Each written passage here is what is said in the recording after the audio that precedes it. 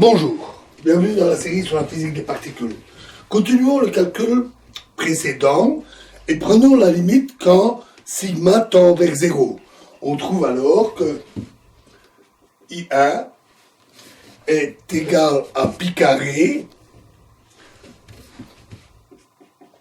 sur 2i fois p cube sinus carré θ demi fois le logarithme de p fois sinus θ demi sur sigma. Et I2 est égal à pi carré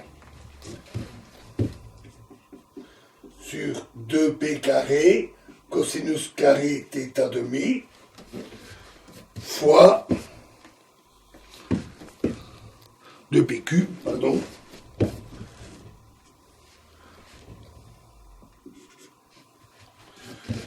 pi demi fois 1 moins 1 sur sinus θ demi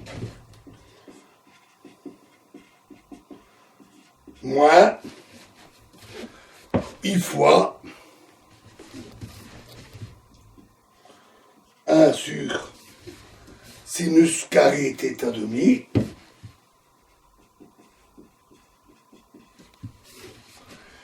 fois ln carré ln 2p sinus θ demi sur sigma plus ln de sigma sur 2p. On fait les accolades. Alors, on insère ça dans S4 et on utilise aussi S1, 2, 3 et on obtient ainsi la section efficace non polarisée d sigma sur d oméga est égal à 4z carré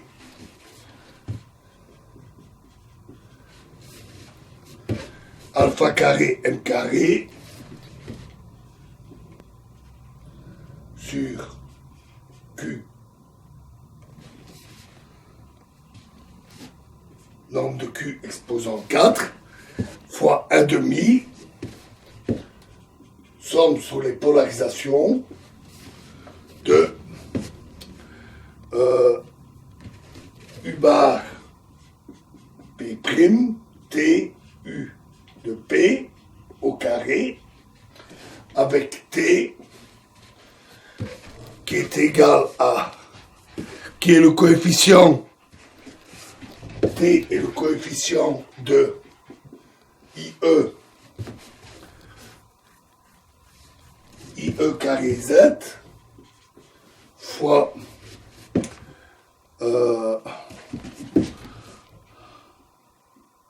divisé par Q carré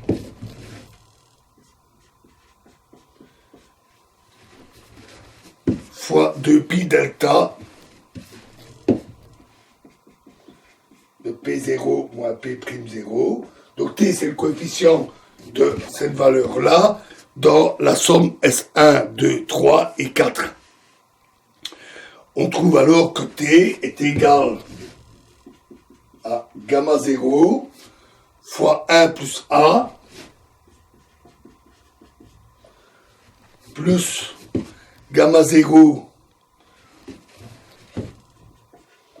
Q slash sur 2M fois B plus C avec A égale alpha sur 2pi fois 1 plus ln mu sur m fois 2phi cotangente 2phi, cotangente hyperbolique 2phi plus 1 plus 1 neuvième, moins 1, pardon, moins 2 cotangente hyperbolique carrée de phi. Cotangente hyperbolique carrée de phi fois phi intégrale de pas de phi fois l'intégrale de 0 à phi de d phi prime d phi prime tangente hyperbolique phi prime moins phi demi tangente hyperbolique phi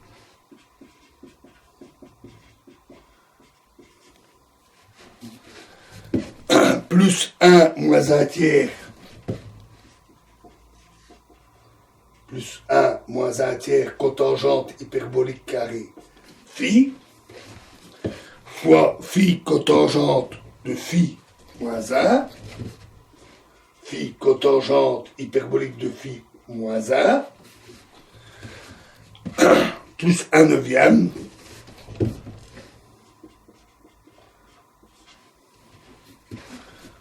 moins 2 alpha sur 2 pi q carré z alpha sur 2 pi carré, pardon, z alpha sur 2 pi carré fois q carré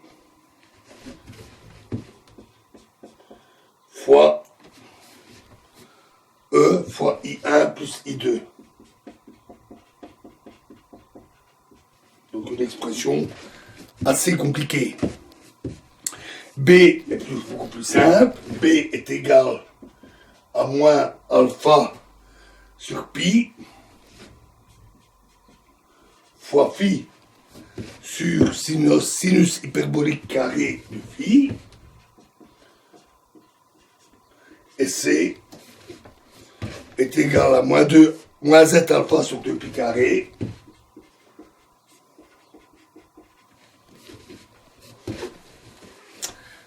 mq carré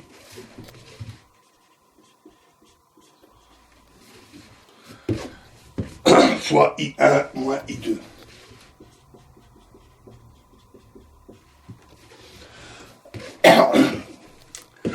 Alors, pour être consistant, on garde seulement les termes à l'ordre alpha cube. Notons que les seules quantités complexes, c'est I1 et I2. Et la somme sur les polarisations conduit à m carré fois la somme sur les polarisations de U bar P' T UP carré est égal à m carré fois la trace de T P slash plus M sur 2M T bar, du complexe conjugué, fois P slash prime plus M sur 2M. P slash prime plus M sur 2M. Qui est égal alors à 1 plus 2 parties réelles de A fois 2E carré fois 1 moins A carré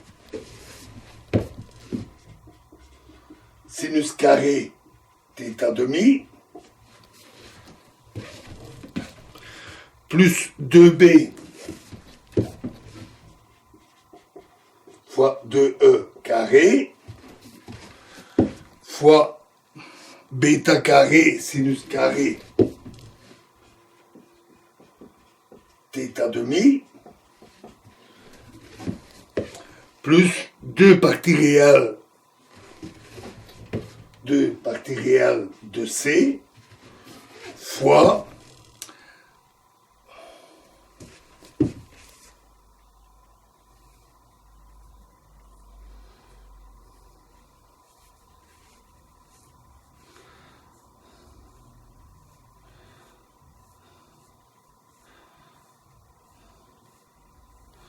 2m plus un ordre d'alpha carré.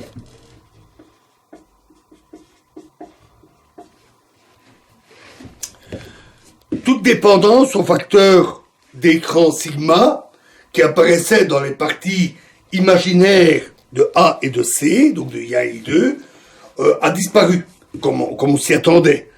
Et la section efficace élastique qui inclut les premières corrections radiatives non triviales s'écrit alors d sigma sur d oméga élastique est égal à d sigma sur d oméga de Mott fois 1 plus 2 alpha sur pi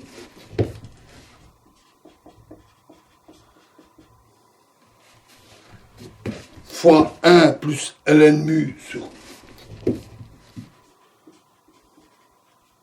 1 plus ln mu sur m fois 2 phi cotangente phi moins 1, 2 phi cotangente hyperbolique phi moins 1, moins 2 cotangente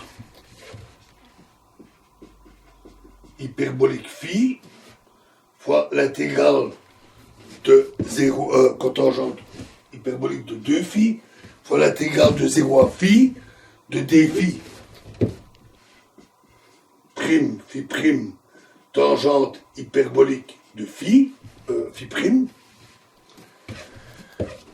moins phi demi tangente hyperbolique de phi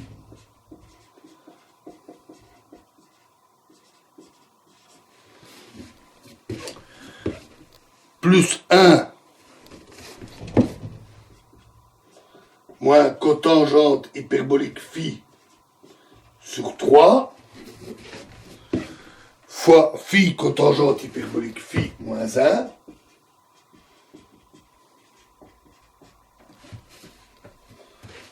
plus 1 neuvième moins phi sur sinus hyperbolique de phi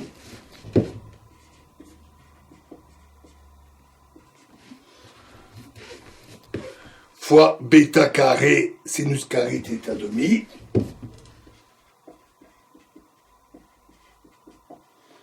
sur 1 moins b carré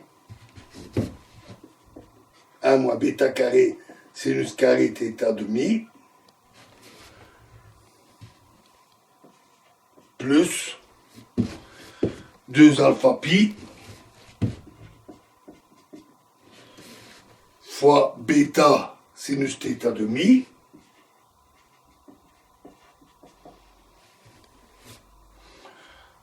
fois 1 moins sinus θ demi